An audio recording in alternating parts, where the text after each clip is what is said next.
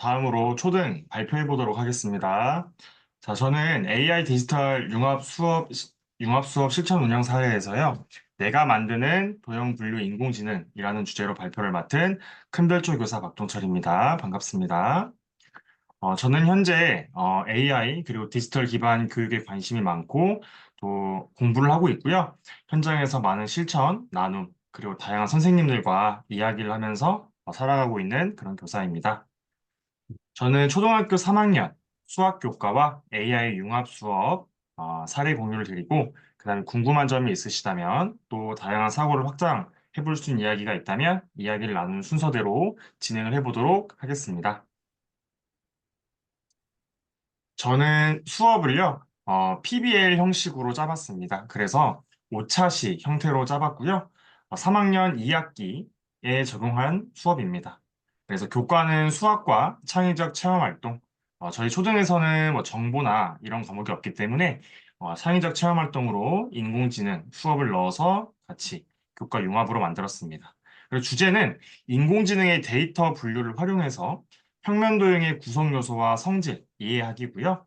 학생들이 이 수업을 통해서 의사결정 트리, 그리고 인공지능의 분류 알고리즘, 엔트리 인공지능을 블록에서 활용을 해보면서 아주 간단한 인공지능 분류 모델을 직접 만들어 보고요.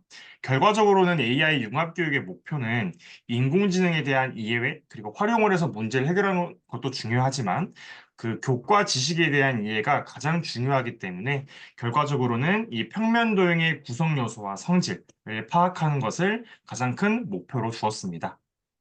그래서 보시면 1차시부터 5차시까지 수학과 인공지능의 내용 요소를 다음과 같이 볼 수 있고요.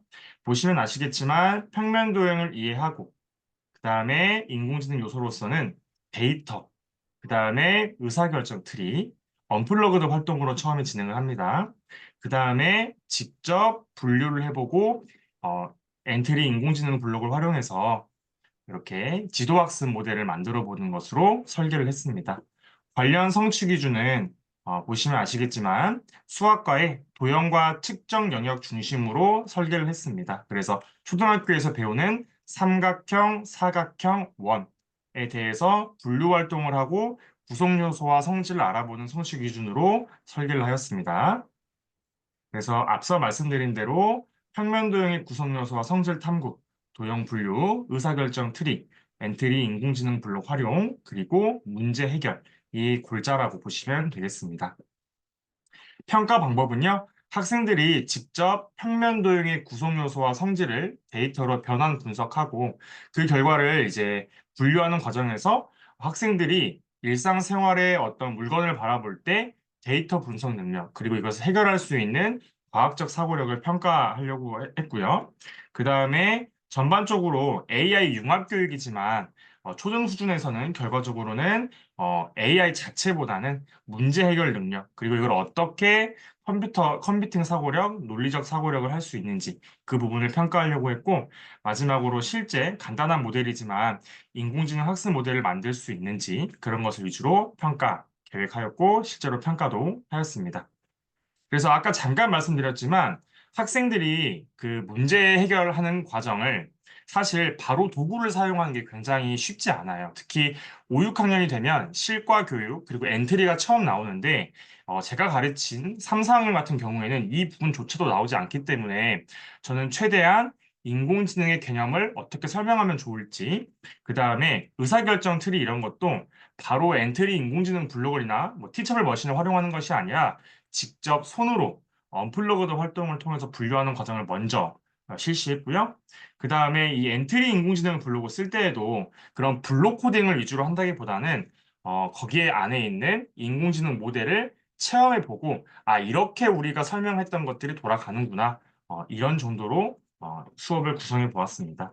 마지막으로는 항상 수업의 목표는 이런 인공지능 체험, 재밌다가 끝이 아니라 우리가 알아보고자 하는 삼각형, 사각형 원의 구성 요소, 성질, 분류하는 방법, 이런 개념을 명확하게 이해했는가?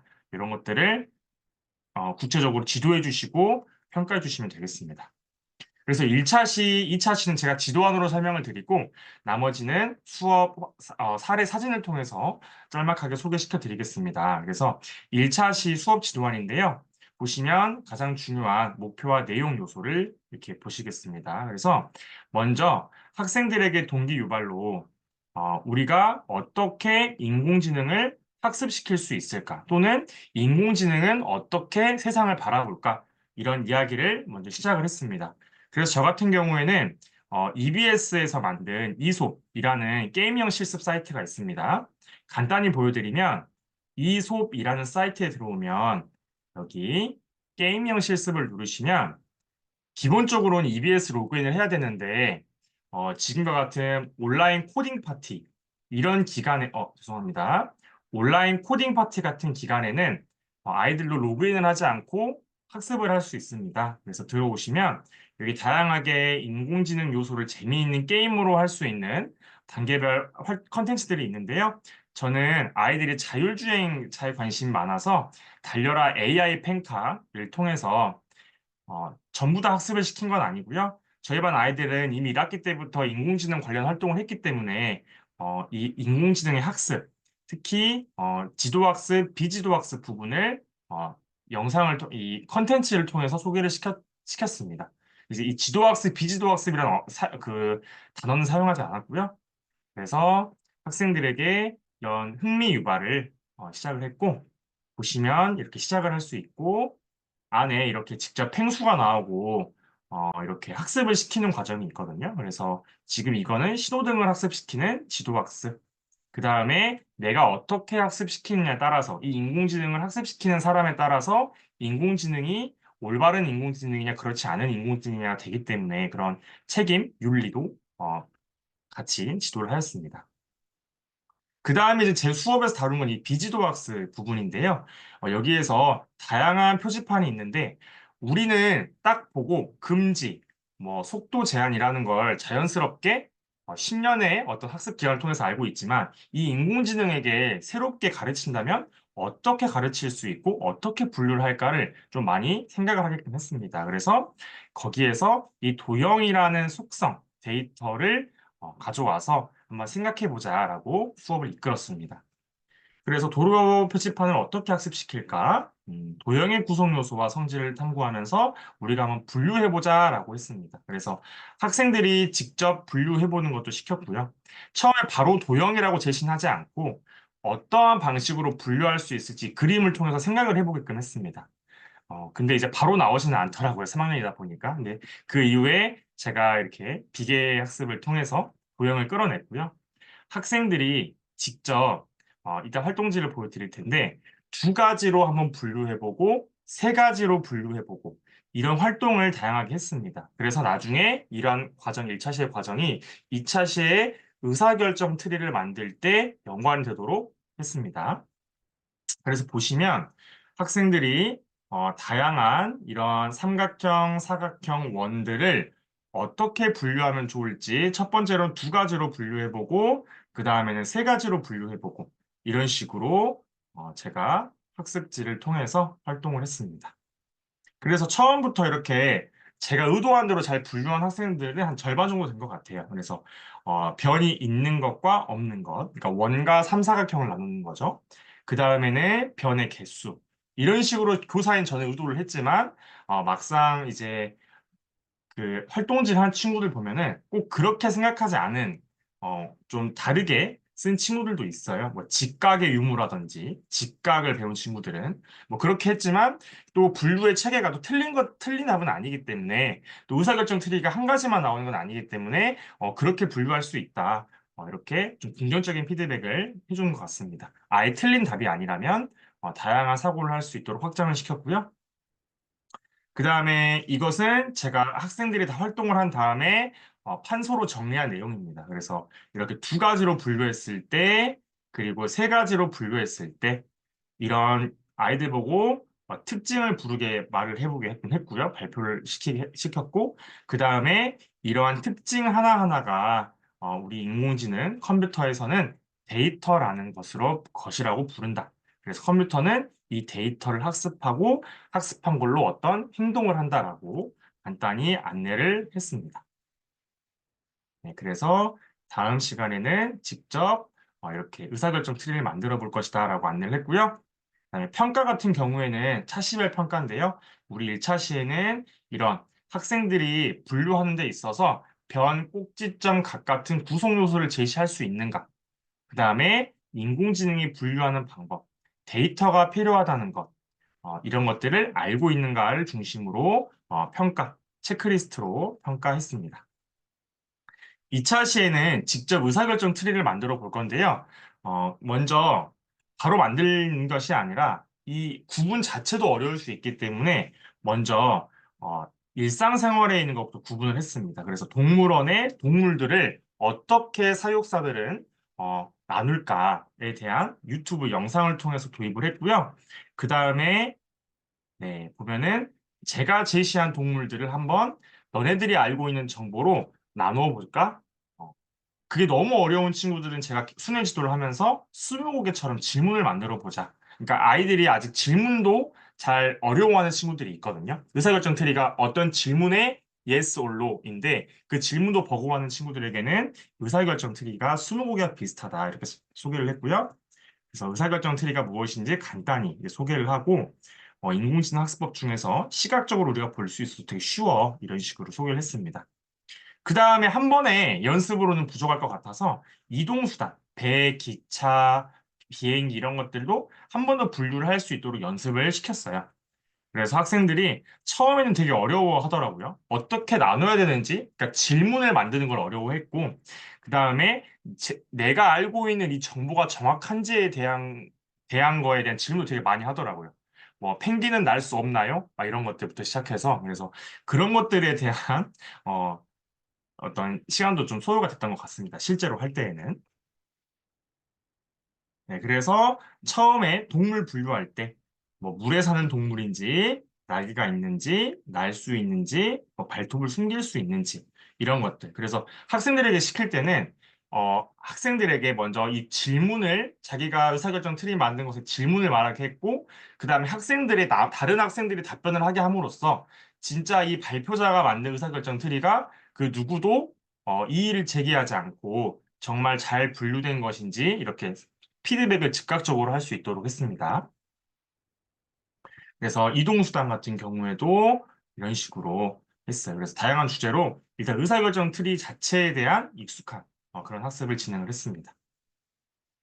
그래서 다 한 다음에는 제일 처음 나오는 질문이 이러한 데이터들, 그러니까 단어 하나하나들을 잘 나누어주는 질문이 좋은 질문이다라고 피드백을 해주고 이러한 사물의 특징을 분석하면은 의사결정 트리로 잘 만들어낼 수 있다라고 정리를 했어요. 그래서 학생들이 동물이나 탈 것의 특징을 분석해서 분류하는 일단 기준을 찾을 수 있는가, 어떤 질문을 할 수 있는가, 그 다음에 한 번 만들었으면 이 기준을 가지고 조금 더 효율적인 의사결정 트리를 만들 수 있는가? 이런 것들을 중심적으로 평가를 진행했습니다. 제가 생각해 보니까 이거는 이제 중앙교육연수원의 아이에답 연수에 이제 들어있는 내용인데요. 공부를 해보니까 4학년 같은 경우에도 어떤 선생님 수업 사례인데 이런 식으로 언플러그드 활동으로 지도 학습을 하셨더라고요. 이렇게. 그래서 이거와 같은 경우는 4학년 삼각형, 사각형, 원에 대한 모든 성질을 배운 다음에 한 활동인데 이런 활동을 가지고 개별적으로 시켜봐도 되고 너무 어렵다면 좀 모둠별로 시켜도 좋을 것 같습니다. 제가 3학년하고 할 때에는 이제 모둠으로 시키진 않았는데, 다른 학년까지 확장을 해본다면 이렇게 한번 해볼 수 있을 것 같고요. 6학년으로 이제 더 확장을 한다면은 5, 6학년이 돼서는 이제 입체 도형을 배우기 때문에 원뿔, 그 다음에 구, 원기둥 같은 것까지 확장을 해볼 수 있을 것 같아요. 그래서 다양한 것들을 어, 도형과 측정 영역에서 확장해 볼 수 있을 것 같습니다. 보시면 이거는 지금 엔트리 인공지능 블럭의 의사결정 트리 모델을 활용한 거고요. 이거를 지금 보여드린 이유는 6학년에서는 엔트리를 사용을 하기 때문에 이렇게 더 자연스럽게 흐름이 되지 않을까 싶습니다. 그래서 3에서 5차 시에는 직접 도형 분류 모델을 만들었습니다. 근데 가장 먼저 의사결정 트리를 만든 게 아니라 학생들이 이제 이제쯤 되면은 약간 지치기도 하거든요. 어, 인공지능에 대한 아직 감이 없기 때문에 그래서 먼저 학습하기 위해서 이미지로 들어가요. 저 같은 경우에는 컴퓨터실보다는 저희 반이 좋고 또 저희 반에서는 태블릿 PC가 1인에 한 대씩 있기 때문에 태블릿 PC로도 엔트리가 가능하거든요. 그래서 태블릿 PC로 진행을 했고요. 그 다음에 가장 먼저 바로 그냥 도형을 들어가는 게 아니라 가위바위보 같은 학생들이 좀 직관적으로 일상생활에서 하기 쉬운 것들을 기본으로 한번 학습을 시켜보는 그런 수업을 했어요. 그래서 클래스 뭐 이런 말까지는 따로 가르치진 않았지만 세 가지로 분류해서 항목을 만들 거고 가위바위보를 학습시킬 거다. 5개 이상 사진을 찍어가지고 또 태블릿은 바로 사진도 찍을 수 있거든요. 컴퓨터는 사실 컴퓨터실에 바로 그 웹캠이 안 달려 있어요. 그래서 이런 식으로 학생들이 이렇게 모델을 학습시키고 이렇게 테스트 해봄으로써 인공지능을 활용을 하면은 내 손동작을 학습을 하고 100%는 아니지만 꽤 높은 확률로 답변을 주네. 이렇게 연습을 한번 해봤고요. 그 다음에는 삼각형, 사각형 원을 직접 만들고 학습시키는 과정을 진행을 했습니다. 그래서 저 같은 경우에는 먼저 이렇게 직접 학생들이 손으로 그려서 다 잘라가지고 이렇게 태블릿에 학습시키는 과정을 했습니다. 그래서 처음에 되게 지루해하지 않을까. 왜냐면 이게 굉장히 좀 긴 시간이거든요. 직접 작도해야 되고 잘라야 되고 색칠해야 되고 3학년 학생들에게 오래 걸리는데도 아이들이 그 과정을 지쳐하지 않더라고요. 신기하게도. 그래서 되게 열심히 5개 이상만 해서 저는 7개 정도만 하면 될 줄 알았는데 막 더 욕심을 내는 친구들도 있고 그렇게 진행을 했던 것 같습니다.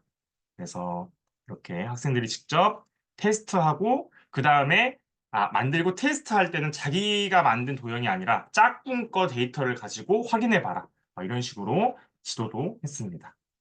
근데 이제 확장을 해본다면 뭐 고학년이나 아니면 우리 반 아이들이 디지털 도구를 잘 다룬다라고 하면은 저처럼 작도해서 끝내는 것이 아니라 알지오메 스키즈 2D나 3D를 활용해가지고 이걸 직접 작도하고 캡처해가지고 학습을 시켜도 좋을 것 같습니다. 간단히 보여드리면 알지오메 스키즈 2D 사이트는 창의재단에서 이제 무료로 활용을 할 수 있고요. 굉장히 간단하게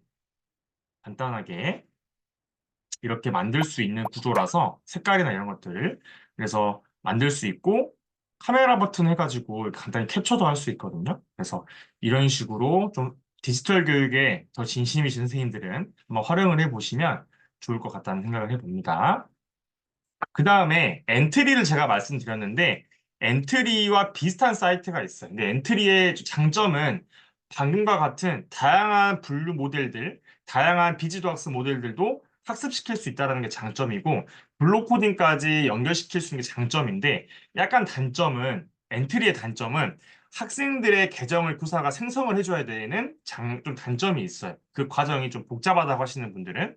근데 이제 또 장점은 계정이 만들어지니까 작품들이 또 저장이 됩니다.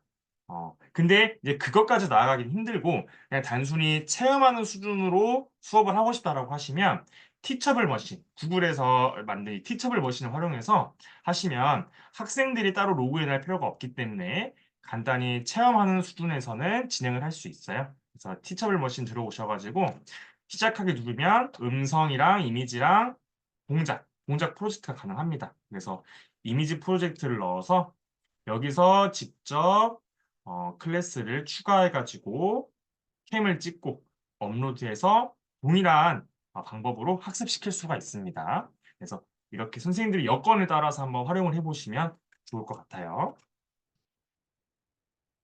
네, 그래서 여기까지 해서 이렇게 간단하게 제가 사례를 설명드렸는데요. 혹시 네. 티처블 머신은 기본적으로 로그인이 필요 없기 때문에 무료로 사용 가능하고요. 계정이 따로 있지 않아도 사용이 가능합니다.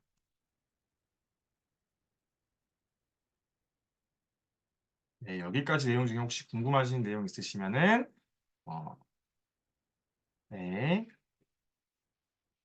질문 주시면 감사하겠습니다. 뭐 박동철 선생님은 지금 올해 마스터 교원 전문성 강화 연수도 개발에 참여하시고 또 강사로도 활동을 하셔가지고 보여주신 사례가 굉장히 알차다는 인상을 받고 있고요. 아마 여기 지금 참여하신 분들이라거나 아니면 참여하지 못하신 분들도 영상 보시고 많이 음, 이렇게 좀 따라 해보시면 되게 좋겠다라는 생각이 들고요. 근데 의외로 이게 지금 선생님 3학년 대상으로 했었는데 이게 그 3학년 학생들이 어느 정도 그 뭐랄까요? 학습 성취를 달성하는가 이게? 그게 좀 네, 궁금하긴 하네요. 이게 기본적으로 그 삼각형, 사각형 원에 대해서 이런 구성 요소에 대한 관심이 좀 없거나 떨어진 학생들도 이 방금 의사결정 트리를 연습을 계속 시키니까 자동으로 학습이 되더라고요. 그러니까 이게 자기가 만든 거를 짝꿍이 테스트해보고 이런 과정을 통해서 너 이거 틀렸잖아. 그러니까 아이들이 다른 사람의 틀린 걸 잡아내는 걸 참 잘하거든요. 그러면서 서로 약간 학습을 하게 되는 게 있고, 이 이미지 분류 모델, 그러니까 요거는 구성 요소에 대한 학습에 대한 것은 조금 떨어져요. 이거는 그냥 인공지능이 내가 이렇게 만들면 이렇게 표출이 되는구나 정도 약간 체험 수준이라고 보시면 제가 이거 사례 나눔회 할 때마다 선생님들에게 좀 비슷한 질문을 많이 하는 편이긴 한데요. 오늘 두 분 지금 이진선 선생님이랑 박동철 선생님 두 분한테도 여쭤보고 싶은 게 지금 두 분이 AI 융합 수업으로 기획하셔가지고 지금 이런 수업들을 실제로 실천을 하셨잖아요.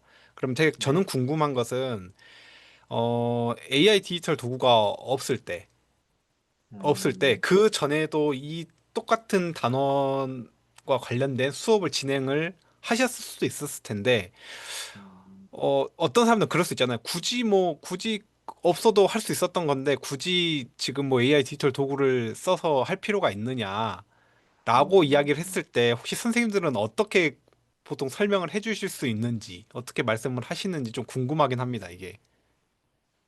저 같은 경우에는 한 두세 가지로 말씀을 드리는 것 같아요. 그래서 이 AI 디지털이 기본적으로 그 아까 이진영 선생님도 말씀하셨지만 2022 개정교육 과정에 그 언어 수리 말고 디지털 기초 소양이 들어왔고 심지어 수학교과에서는 그 영역과 그 주변 환경에 있어서 그 공학 도구를 적극적으로 활용하라고 되어 있거든요. 그래서 그런 교육 과정 측면에서도 그렇고 물론 이런 거 없이 그냥 작도하고 시험 보고 훈련시켜서 할 수도 있지만 이렇게 하면 학생들이 좀 다양한 체험을 할 수 있고 그 다양한 이런 도구들을 쓰다 보면은 자연스럽게 흥미가 생기거든요. 그래서 더 약간 재미있게 느낄 수 있다. 초등 수준에서는 그런 두 가지 측면에서도 큰 의미가 있다. 네, 물론 그 전 교육이 잘못됐다거나 의미가 없진 않지만 그래서 그런 의미로라도 한번 써보고 어, 해 보시라라고 저는 말씀. 네, 혹시 이지선 선생님은 어떻게 생각하시는지 좀 짧게 말씀해 주시면. 네. 저도 박동철 선생님처럼 똑같이 생각하고, 이제, 어, 사실 저희 쪽에서는 이게 선생님들이 AI를 이제 GPT와 같은 내용들을 많이 쓰지, 이제 막 다른 외적인 거를 이렇게 툴들을 사용하는 선생님들은 많이는 없는데, 근데 이제 저는 그런 활동들을 하는 게 좋다고 생각하는 게, 일단 종이 낭비도 너무 많아요. 저희가 활동지 같은 경우들도 막 엄청나게 많이 막 잃어버리고 기록도 많이 하는데, 그 아이들도 수업이 끝나면 다 가져가 버리고 없어져 버리고 하면 찢어지고 막 이런 경우가 많은데, 그런 부분들이 해결도 되고, 그 다음에 AI 수업이 꼭 필요한 거는, 내가 새로운 수업을 하고 싶은데 그 아이디어를 얻는 게 너무 어려워요. 기존에 있었던 선생님들이 그냥 했던 수업들을 똑같이 하는 경우가 많지, 뭔가 새로운 내용을 아이디어를 얻을 때 AI를 통해서 얻는 경우들도 굉장히 많아서, 저는 무조건 필요하다고 생각을 합니다.